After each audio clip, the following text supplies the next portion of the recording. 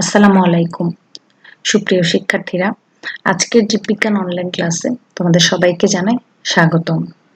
শিক্ষার্থীরা, আশা করি তোমরা সবাই ভালো আছো, সুস্থ আছো, নিরাপদে আছো এবং বাসায় নিয়মিত পড়াশোনা করছো।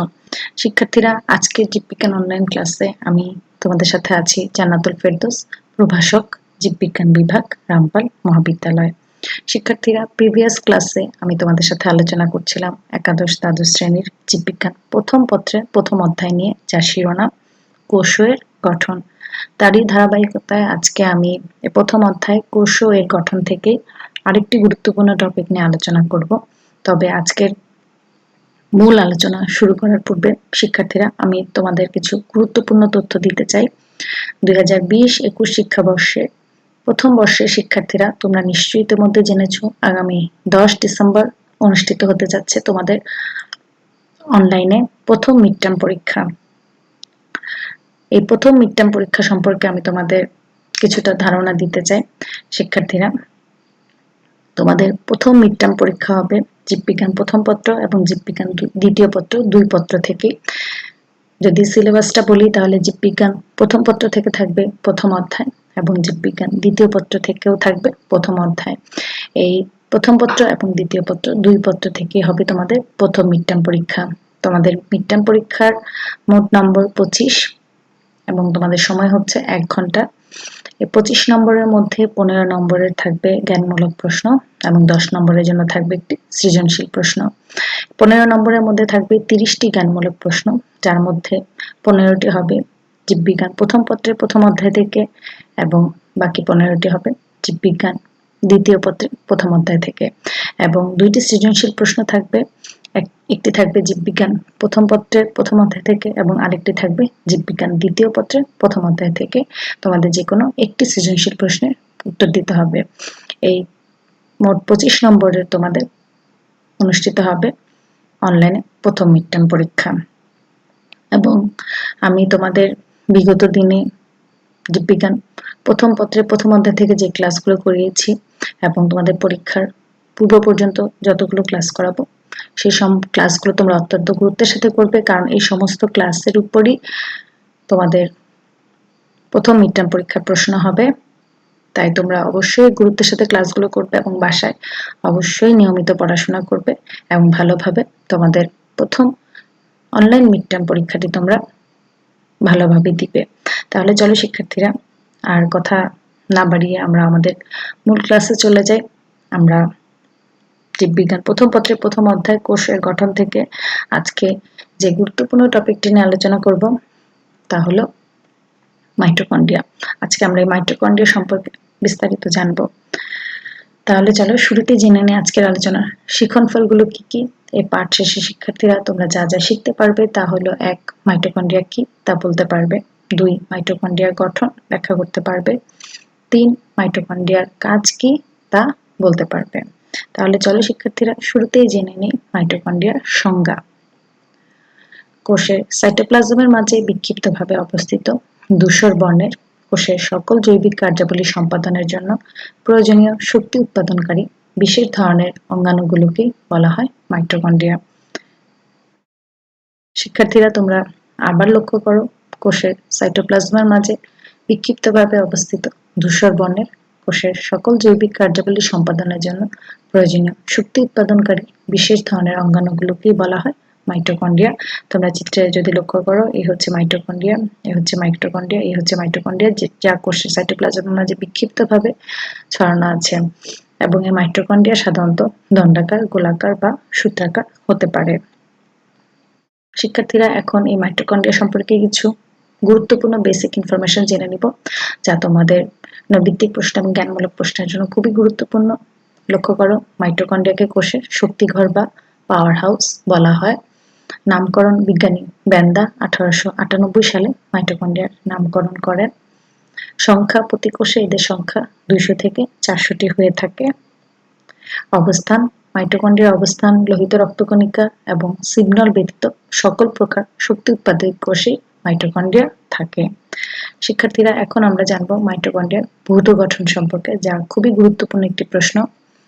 লক্ষ্য করো, ইলেকট্রনিক অণুবীক্ষণ যন্ত্রে পর্যবেক্ষণ করলে দেখা যায় যে একটি আদর্শ মাইটোকন্ড্রিয়া নিম্নলিখিত অংশগুলোর সমন্বয়ে গঠিত, যথা 1 আবরণী, 2 প্রকোষ্ঠ, 3 ম্যাট্রিক্স বা মাতৃকা, 4 এটিপি সিনথেসিস ও ইটিএস অর্থাৎ electron transport system, 5 mitochondrial DNA এবং 6 রাইবোসোম। শিক্ষার্থীরা চলো আমরা এখন মাইটোকন্ড্রিয়ার ভৌত গঠন সম্পর্কে বিস্তারিত জানি, অর্থাৎ এর বিভিন্ন অংশগুলো সম্পর্কে এখন আমরা ডিটেলস জানব। শুরুতে আছে মাইটোকন্ড্রিয়ার আবরণী। প্রতিটি মাইটোকন্ড্রিয়ার দেহ লিপোপ্রোটিন অর্থাৎ লিপিড এবং প্রোটিন নির্মিত 2 স্তর বিশিষ্ট ঝিল্লি দিয়ে ঘেরা থাকে। এদের বাইরের স্তরটি মসৃণ, কিন্তু ভিতরের স্তরটি কেন্দ্রের দিকে অনেক ভাঁজ হয়ে থাকে। ভিতরের মেমব্রেনের এই ভাঁজগুলোকে বলা হয় ক্রিস্টি। তোমরা যদি মাইটোকন্ড্রিয়ার চিত্রটি লক্ষ্য করো, প্রতিটি মাইটোকন্ড্রিয়ায় 2 স্তর বিশিষ্ট ঝিল্লি দ্বারা আবৃত, যা লিপোপ্রোটিন দিয়ে গঠিত, এবং যদি লক্ষ্য করো এর বাইরের স্তরটি হচ্ছে মসৃণ এবং ভিতরের স্তরটি হচ্ছে কেন্দ্রের দিকে অনেক ভাঁজ করা, এবং এই ভাঁজ করা অংশগুলোকে বলা হচ্ছে ক্রিস্টি। শিক্ষার্থীরা এরপরে রয়েছে মাইটোকন্ড্রিয়ার প্রকোষ্ঠ। 2 স্তর বিশিষ্ট ঝিল্লির মাঝখানে ফাঁকা স্থানকে বলা হয় বহিস্থ কক্ষ বা আন্তঃমেমব্রেন ফাঁক, এবং ভিতরের মেমব্রেনকে বলা হয় অভ্যন্তরীণ কক্ষ বা ম্যাট্রিক্স। চিত্রটি যদি লক্ষ্য করো, দেখো 2 স্তর বিশিষ্ট ঝিল্লির মাঝখানে যে ফাঁকা স্থান তাকে বলা হচ্ছে বহিস্থ কক্ষ, এবং ভিতরের মেমব্রেনকে বলা হচ্ছে অভ্যন্তরীণ কক্ষ বা ম্যাট্রিক্স। শিক্ষার্থীরা এখন জানবো এই ম্যাট্রিক্স বা মাতৃকা সম্পর্কে। মাইটোকন্ড্রিয়ার ভিতরে এক ধরনের তরল পদার্থ থাকে যাকে ম্যাট্রিক্স বা মাতৃকা বলে। এই মাতৃকা লিপিড বা প্রোটিন দিয়ে তৈরি। এতে 70টিরও অধিক এনজাইম এবং 14টির মতো কোএনজাইম থাকে। যদি তোমরা চিত্রটি লক্ষ্য করো, ম্যাট্রিক্স বা মাতৃকা যেটা লিপিড বা প্রোটিন দিয়ে তৈরি, এবং এতে 36টির অধিক এনজাইম এবং 14টির মতো কোএনজাইম থাকে। শিক্ষার্থীরা এখন জানবো এটিপি সিনথেসিস ও ইটিএস অর্থাৎ ইলেকট্রন ট্রান্সপোর্ট সম্পর্কে। ক্রিস্টিতে স্থানে স্থানে এটিপি সিনথেসিস নামক গোলাকার বস্তু আছে। যদি তোমরা চিত্রটি লক্ষ্য করো, দেখো যে ক্রিস্টিতে স্থানে স্থানে এটিপি সিনথেসিস নামক গোলাকার বস্তু আছে, এতে এটিপি সংশ্লেষিত হয়। সমস্ত ক্রিস্টিব্যাপী অনেক ইলেকট্রন ট্রান্সপোর্ট সিস্টেম বা ইটিএস অবস্থিত। পূর্বে এদের একসাথে অক্সিসম নামে অভিহিত করা হতো। এটিপি সিনথেসিস এবং ইলেকট্রন ট্রান্সপোর্ট সিস্টেম, যাদেরকে পূর্বে একসাথে বলা হতো অক্সিসম। এখন আমরা জানবো মাইটোকন্ড্রিয়াল ডিএনএ সম্পর্কে। মাইটোকন্ড্রিয়াল ডিএনএ একটি চক্রাকার দ্বিসূত্রক অণু। সক্রিয় বৈশিষ্ট্যের জন্য একে মাইটোকন্ড্রিয়াল ডিএনএ বলা হয়।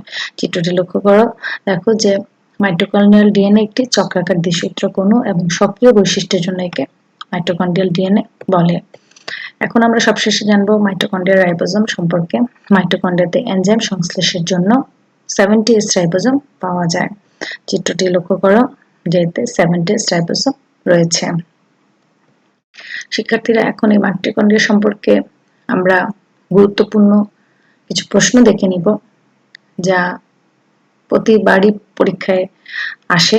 যেমন একটি গুরুত্বপূর্ণ প্রশ্ন আছে, মাইটোকন্ড্রিয়াকে কেন পাওয়ার হাউস বা শক্তিঘর বলা হয়? এটা পরীক্ষায় বারবার আসা একটি প্রশ্ন।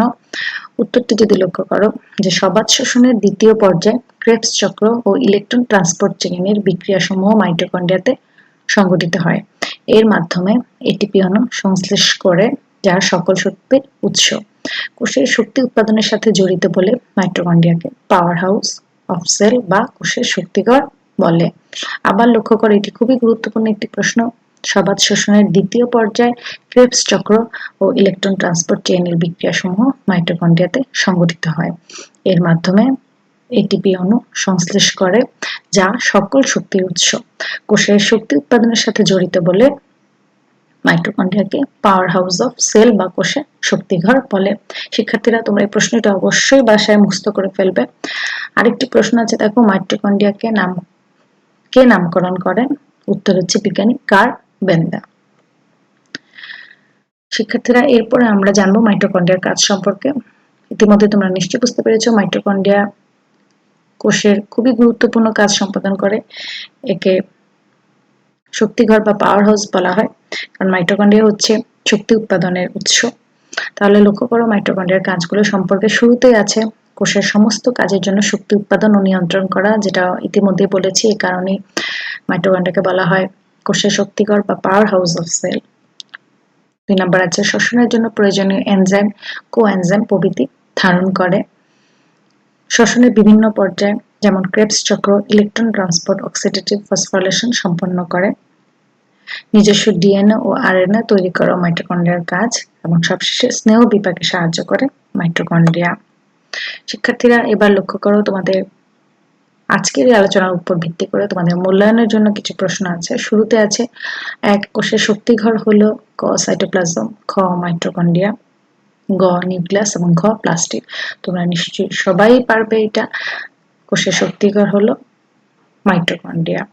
2 শ্বসন প্রক্রিয়াটি ঘটে ক কোষের বাইরে, খ কোষের ভিতরে, গ শ্বাসঙ্গে, ঘ পরিবেশে। নিশ্চয়ই তোমরা বুঝতে পেরেছ, উত্তর হবে কোষের ভিতরে। তারপরে 3 নম্বর প্রশ্নে আছে কোনটি কোষের পাওয়ার হাউস নামে পরিচিত? এটা তোমরা সবাই পারবে। ক মাইটোকন্ড্রিয়া, খ রাইবোজোম, গ প্লাস্টিড এবং ঘ সেন্ট্রিওল। উত্তর হবে মাইটোকন্ড্রিয়া। শিক্ষার্থীরা, তাহলে মাইটোকন্ড্রিয়া সম্পর্কে এই ছিল আজকের বিস্তারিত আলোচনা, এবং আজকের আলোচনার উপর ভিত্তি করে তোমাদের যে বাড়ির কাজ তা হলো মাইটোকন্ড্রিয়ার গাঠনিক চিহ্নিত চিত্র সহ গঠন বর্ণনা করো। তোমরা অবশ্যই বাসায় কাজটি করবে এবং বাসায় অবশ্যই বইটি পড়বে।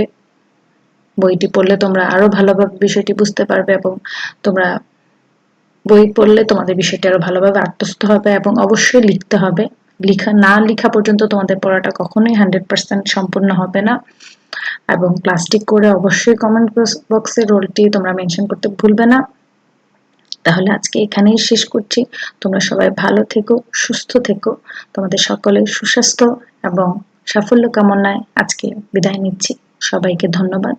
আসসালামু আলাইকুম।